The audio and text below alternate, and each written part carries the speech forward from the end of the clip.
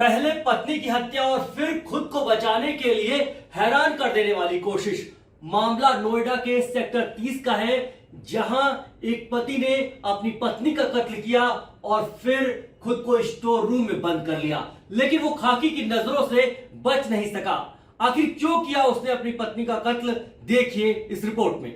Bathroom में पत्नी की लाश, स्टोर रूम में कातिल पति। जी हां, सफेद मास्क और चश्मा पहना हुआ ये वही शख्स है जिस पर अपनी पत्नी के कत्ल का इल्जाम है।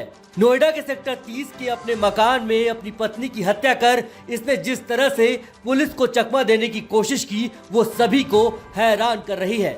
पुलिस के मुताबिक इसने अपनी पत्नी और महिला वकील रेणु सिन्हा की पहले गला दबाकर हत्या की और फिर खुद को स्टोर रूम में लॉक कर लिया, लेकिन पुलिस की पड़ताल के दौरान ये बच न सका और जल्द गिरफ्त में आ गया।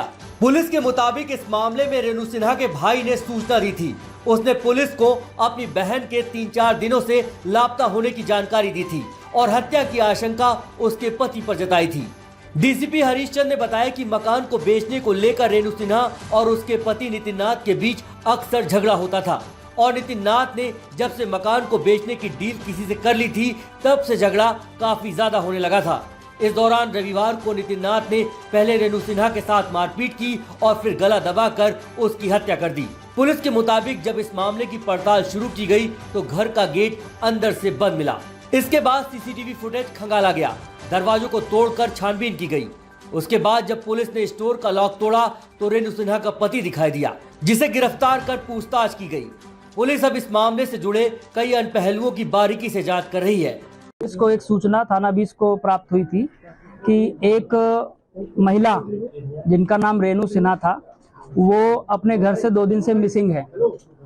ये सूचना उनके भाई अजय कुमार जी द्वारा दी गई थी। तत्काल उस पे सारी फोरेंसिक की टीम, एसीपी, डीसीपी सभी लोग मौके पर पहुंचे। घर अंदर से लॉक था, उसको जो है दरवाजा तोड़ा गया।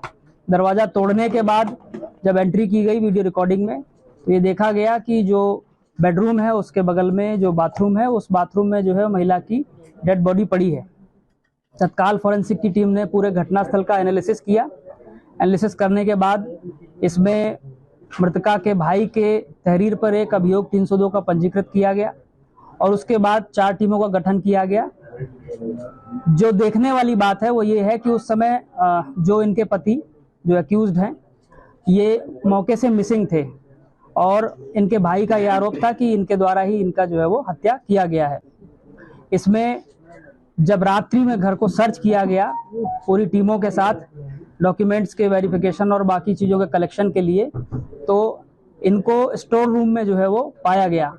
इनके कब्जे से मृतका का मोबाइल फ़ोन, इनका मोबाइल फ़ोन और पासपोर्ट बरामद हुआ है। इनसे जब पूछताछ की गई तो इन्होंने ये बताया कि जिस प्रॉपर्टी में वो रह रहे थे, जो घर था सेक्टर 30 का, उस घर में जो है उसको ये बेचना चाहते थे लगभग 4.5 करोड़ रुपए में, और मृतका उसका विरोध करती थी। इन्होंने एक ब्रोकर के माध्यम से उसकी डील फाइनल कर दी थी और लगभग 50-55 लाख रुपए के आसपास जो है वो उससे ले भी लिए थे। उसी क्रम में जब मृतका को ये जानकारी हुई तो उन्होंने इसका विरोध किया। इसमें इनका झगड़ा हुआ और इनके द्वारा जो है गला दबा करके दम घुटने से उनकी हत्या कर दी गई। इसमें चूंकि मृतका को पूर्व में कैंसर की भी बीमारी थी, उनका इलाज चल रहा था और पिछले ही महीने जैसा बताया गया था कि वो उस बीमारी से ठीक हुई थी। और मृतका का एक पुत्र है जो बाहर विदेश में रह रहा है। यहाँ पर मृतका का जो भाई है वही रहता था और उन्हीं से इनका जो है संपर्क रहता था। उन्हीं के द्वारा ये तहरीर और जानकारी पुलिस को दी गई थी।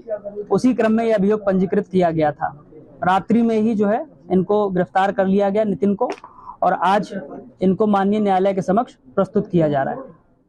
सर, इनके पास ब्रिटिश डॉक्यूमेंट भी हैं और इंडियन डॉक्यूमेंट भी हैं। उधर का भी आधार और मतलब पैन कार्ड और इंडियन भी, तो ये अलाउड इंडिया में तो है? इन सभी तथ्यों की जांच की जा रही है, जो डॉक्यूमेंट्स की आप बात बता रहे हैं, और जो संबंधित एम्बेसीज हैं उनसे उसको वेरीफाई भी कराया जाएगा। सर, जब बॉडी रिकवर करने पुलिस पहले पहुंची थी, उस वक्त क्या पूरा घर सर्च नहीं किया गया था? फैमिली मेंबर का वेट किया जा रहा था और किस टेक्निकल सर्विलांस या क्लू मिलने के बाद जो है फर्स्ट फ्लोर पे शोरूम तक पुलिस पहुंची? रुक जाएंगे, बाहर रुक जाएंगे। नहीं, पुलिस ने पुलिस ने जो है वो फॉरेंसिक एग्जामिनेशन करने के बाद बॉडी को पोस्टमार्टम के लिए भेज दिया गया था। जो पहला सर्च हुआ था उसमें भी उनके भाई मौके पर मृतका के अवेलेबल थे, उनकी उपस्थिति में हुआ था। और जो ऊपर का कमरा था जिसमें कि ये रहते थे, उस कमरे में इनकी मदर की डेथ के बाद कोई जाता नहीं था।